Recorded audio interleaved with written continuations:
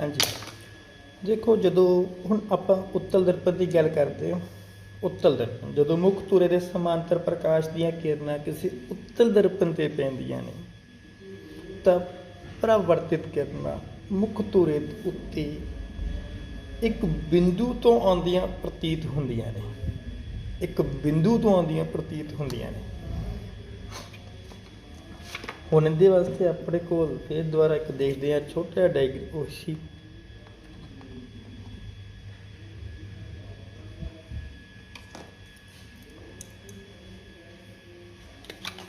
देखियो ये अपने को एक दर्पण उत्तल दर्पण उभरिया होया तल जो इन्हें प्रकाश की किरण पेगी देखो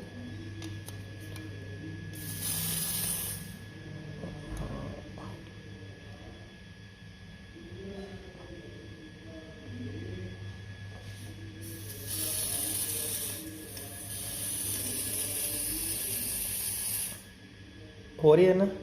देखो सानू ऐ लग रहा है कि जी आ प्रकाश की किरण आ रही है पिछों आ रही है तो इसका फोकस कित्थे होगा पिछे। ठीक है जे यही आप उत्तल दर्पण की गल करिए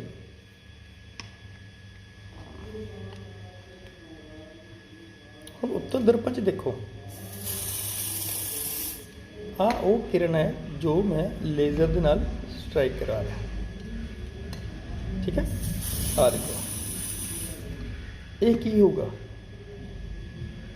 ये किसी ये अंदर वाल आ रही है जो दो लेजर होणगियां ये दोवें रेखावां कट्टणगियां तो इसका फोकस इधरले बन्ने होगा। ठीक है हुण आपां नूं इसदी रेखा डायग्राम आउणगियां रेखा चित्र आउणगे दो चीज़ां समझ नहीं आउंदियां तीन चीज़ां आपां ने को समझनियां जरूरी। रेखा चित्र का उपयोग करके गोलाकार दर्पण द्वारा बने प्रतिबिंब को दर्शाना तीन चीज़ां जरूरी है। जिथों जिहड़ा मर्जी क्वेश्चन आ जाए तुसीं कर लोगे जे तीन चीज़ां समझ आ गया। जिहड़ा प्रकाश की किरण मुख धुरे के समांतर होगा परिवर्तन तो बाद वो फोकस तो निकलूगा पक्की गल है। हुण इहनूं समझाउण लई देखो धरती एक गोल पर तुहाडा घर पद्धरा वा मतलब धरती बहुत वड्डी है तुहाडा घर बहुत छोटा एक बिंदु के वर्गा।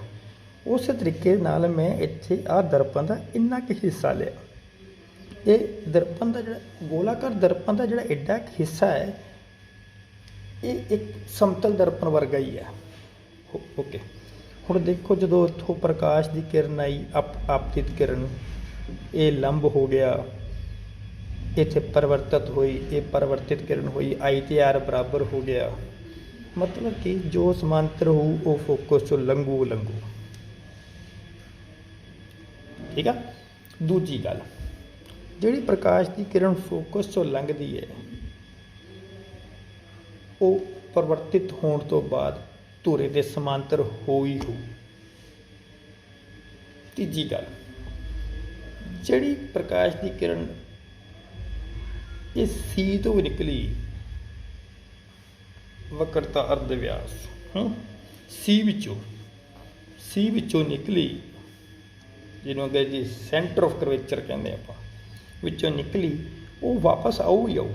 क्यों बिल्कुल उही गल देखो असी फिर दर्पण का एडा हिस्सा लिया ये की होया समतल दर्पण हो गया। जिहड़ी प्रकाश की किरण समतल दर्पण ते सीधी टकराऊगी जिसका आई 0 होया उनका आर भी 0 ही होगा वापस आ जाऊगी।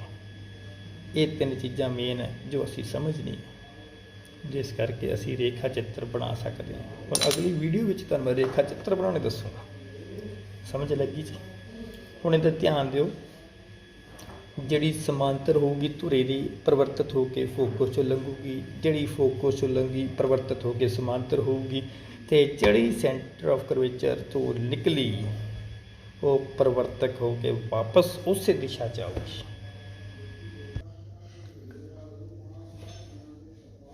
लो जी अपनी पहला रेखा चित्र बनाउण लगे जिहदे विच अपने कोल आ फोकस होया ये सेंटर ऑफ कर्वेचर होया ये धुरा होया।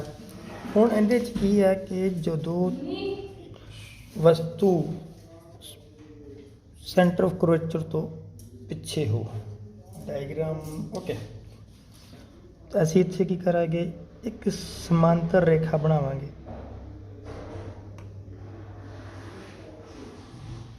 ਇਹ ਪਰਿਵਰਤਿਤ ਹੋ ਕੇ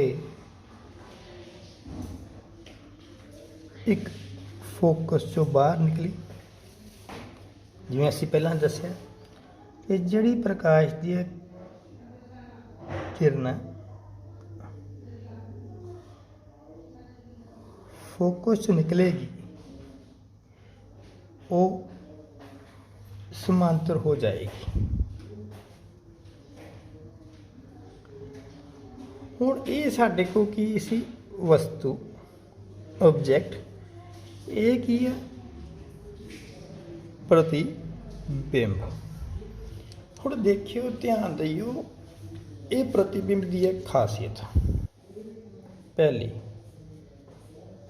ਸੀ ਪ੍ਰਤੀਬਿੰਬ ਕਿੱਥੇ ਬਣਿਆ, ਸੀ ਅਤੇ ਐਫ ਵਿਚਕਾਰ।